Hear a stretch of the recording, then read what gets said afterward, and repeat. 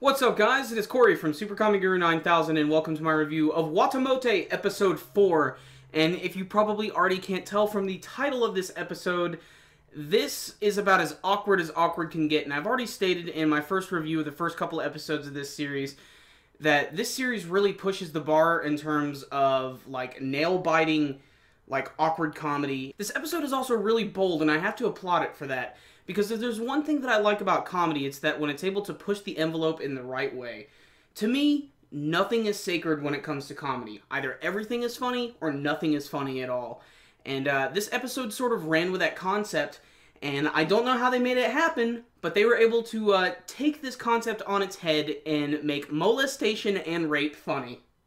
So the adventures of Tomoko Kuriki continue this week. We get to see that she's not really making any progress in the way of talking to anyone, and she continues to be as awkward as ever. The episode actually opens up with her online, staying up very, very late, and she's trying to figure out how she can go to sleep. She just keeps reading random articles, and she finds this one where she finds out that if you sleep on your face, you will have sexual dreams. So she tries this out with some pretty awful results. Most of her dreams involve her being raped by bugs and plants and flowers and even more bugs and even more freaky creatures like alligators and shit.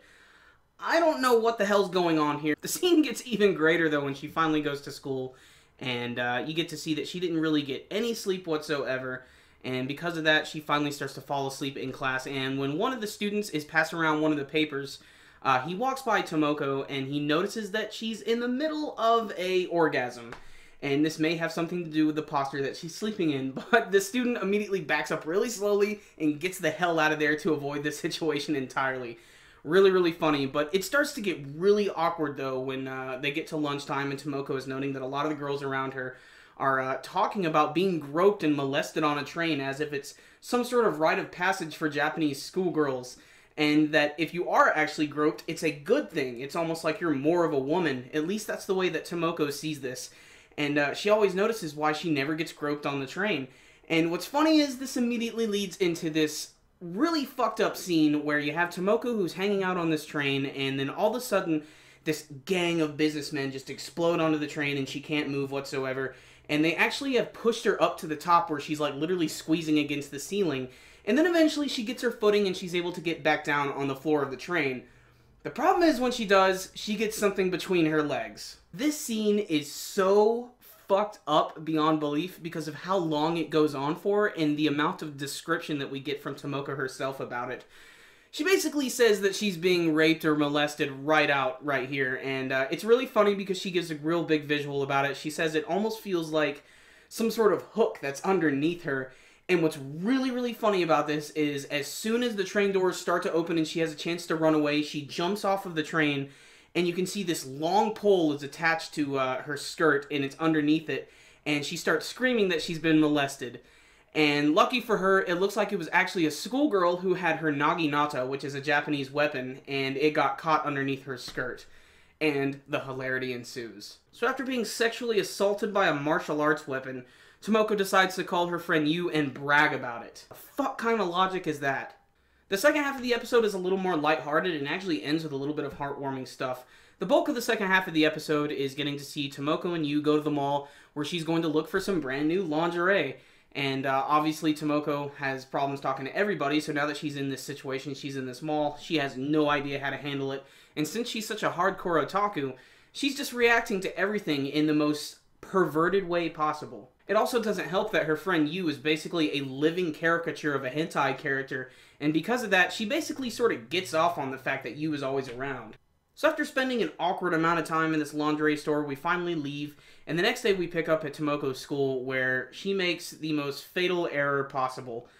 Essentially, she starts to wipe her face and she accidentally had some of those panties caught on her, and they're right there in her face. Everybody sees it, and she just flips her shit. What follows is a great scene where you see her running out of the classroom and then her going completely batshit crazy, ripping the panties up in a bathroom stall and just flipping her shit. And then she leaves, and this is one of the craziest parts of the episode. This is one of the parts that really made me cringe, but then when it was done, I started to smile a lot.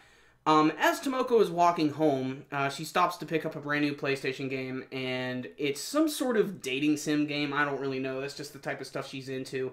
and it mostly features boy characters.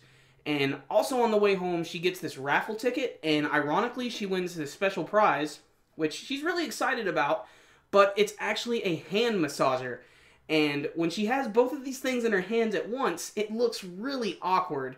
So the scene that follows is great. You transition immediately to Tomoko's room, which is darkened. You see the game that's open on the floor, and you see the box with the massager that's been opened, and you just hear the hum of it, and you hear the game playing. And then you can see that she's just playing it, and she's just like massaging her neck while playing the game and everything. And eventually she just falls asleep. This is where the episode got really awkward, but really, really good at the same time. You get to see that Tomoko fell asleep, and then all of a sudden her father, whom we've never seen before, decides to show up. He's home from work, so he decides to go upstairs and wake up Tomoko. And you can see as he's walking up the stairs, you can get closer to her room. You can hear this game going off, and it just sounds awful. It's pretty clear that the climax is happening, and you can hear the freaking massager going off, and the dad, like, pauses at the door for a second. You can just feel the intense awkwardness, and as soon as he opens the door, what you see is actually not really bad at all. It's just Tomoko falling asleep on the floor with a huge smile on her face. The hand massager is still on, but it's on the floor beside her. And that's pretty much it. Now, the scene, when I first saw it at first, was just like, oh my god, this is awful. I can't believe the father has to see this. And there's even this little bit of pause where he's standing outside the door just like, oh my god, I can't believe this. But honestly, it gets really, really heartwarming because what does the father do? He doesn't leave. He decides to get his daughter. He picks her up. He puts her in bed. He tucks her in. He turns off the TV.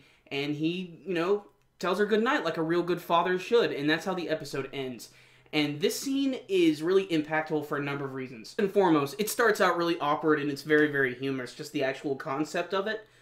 But what makes it kind of ironic and kind of heartbreaking also at the same time is the fact that this character, Tomoko, just wants to have love from people. And she just wants to be recognized by people. And when she finally gets a little bit of kindness thrown her way, she's not awake to accept any of it. And that made the scene all the more powerful to me.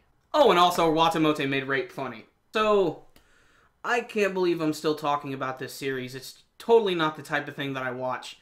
But it's really, really well written, and it's really shocking, and it's surprisingly heartwarming at times. And you want to see this character succeed, even though it's just not happening yet. And that's what the thing that I think is so interesting. Every episode I watch, I feel like maybe she's going to get a little closer to her goal. Nope. I'd like to see more interaction with her and her friend Yu, who is absolutely hilarious. What I like about Yu's character is that she doesn't even seem like a real character within the show. She almost literally seems like an anime within an anime. Like, it's just, she's so ridiculous and bubbly. When you see her in this episode for the first time, she's got the most ridiculous outfit on. It's just the most Japanese thing ever. But that's, of course, what makes it so appealing and so funny at the same time. The Adventures of Tomoko are really blowing me away. I didn't expect to like this type of show at all, but it's really, really entertaining. It's incredibly well written.